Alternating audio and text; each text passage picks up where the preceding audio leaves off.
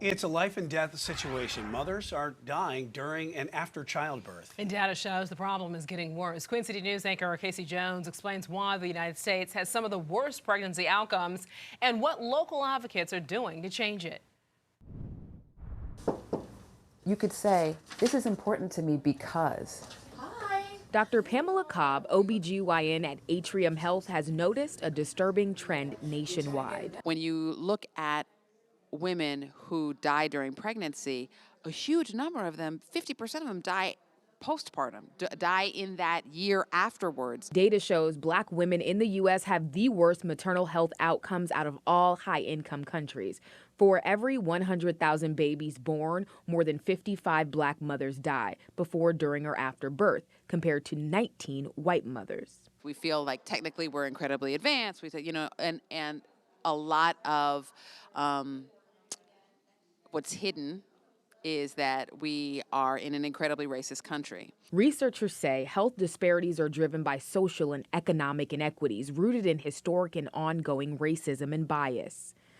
Tori Bowie, American Olympic track star, died from complications during pregnancy in June. Serena Williams has been open about her postpartum experience when she developed blood clots and says a nurse didn't believe her. That's Serena Williams. And so people started to understand that, wow, you're right. There is even racism, and being the best athlete in the world does not protect you from racism. That's why it's on the tip of everybody's thoughts and tongue. UNC Charlotte showed the film Aftershock earlier this year. It's the story of two young women who died from preventable childbirth complications and their families' quest for justice. After the screening, Dr. Cobb joined a panel of experts to talk about causes and solutions with advice for expecting mothers. Even before you're pregnant or even when you are pregnant, write out 5 questions that are very concerning to you. Have you worked with someone that's went into a birth that was very anxious? How did you treat that? For instance, like, have you worked with someone that looks like me? What was your outcome with them? Experts say women should feel comfortable speaking up without fear of judgment.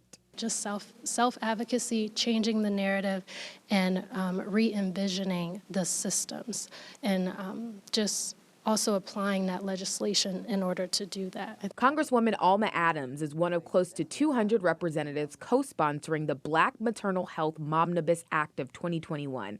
It's a collection of 12 bills aiming to keep mothers and babies alive by focusing on research, training, and health care. Throughout our work with the Momnibus, we've heard those stories, yeah.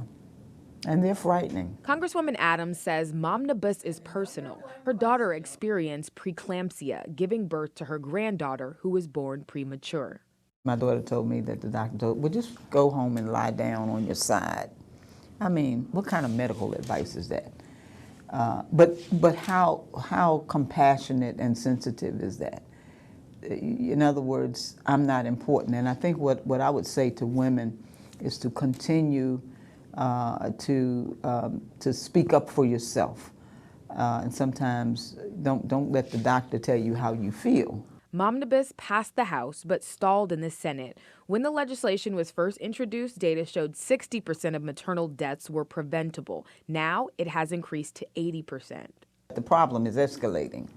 That means that we really must pay attention to it, that it is severe, that it is a crisis. And it's something that we got to pay attention to. I mean, look how 24 months and the increase from 60% to 80%, that should not only raise alarm that it is a problem. It is indeed a problem. In countries like the Netherlands, national insurance covers home visits for mothers and babies for at least 10 days after birth. We can look at their models and say, what's stopping us from doing that? And a lot of it's money, but a lot of it's structural racism. This is the way we've always done it. Local advocates say they will continue to work to save mothers. Is Black maternal health going to be another thing that Black women put on their backs to save themselves? Yes. Mm-hmm. It has to be. Yes. Yes. Why? Yes. Because if we don't do it, who will? We see Black women at the forefront of every social injustice, every healthcare injustice, every injustice there is. You see Black women carrying that load for us. Casey Jones, Queen City News.